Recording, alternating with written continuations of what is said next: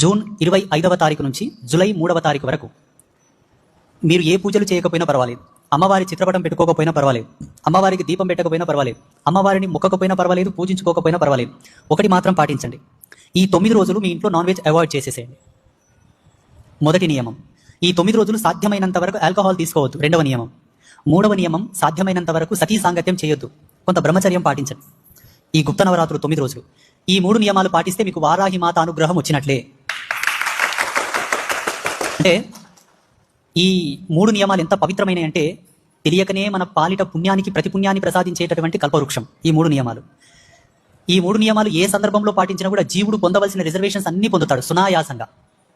ఇటువంటి పవిత్రమైనటువంటి తరుణంలో, ఇటువంటి పవిత్రమైనటువంటి దినాల్లో పాటించడం వల్ల భగవంతుడు సాక్షిభూతంగా మన ఇంటికి ఒక కళను పంపిస్తాడు. ఆ ఇంట్లో ఈ 9 రోజులు బ్రహ్మచర్య దీక్షను పాటించారు. ఆ ఇంట్లో ఈ 9 రోజులు హింసాత్మకమైనటువంటి కూడు ఉడకలేదు. ఆ ఇంట్లో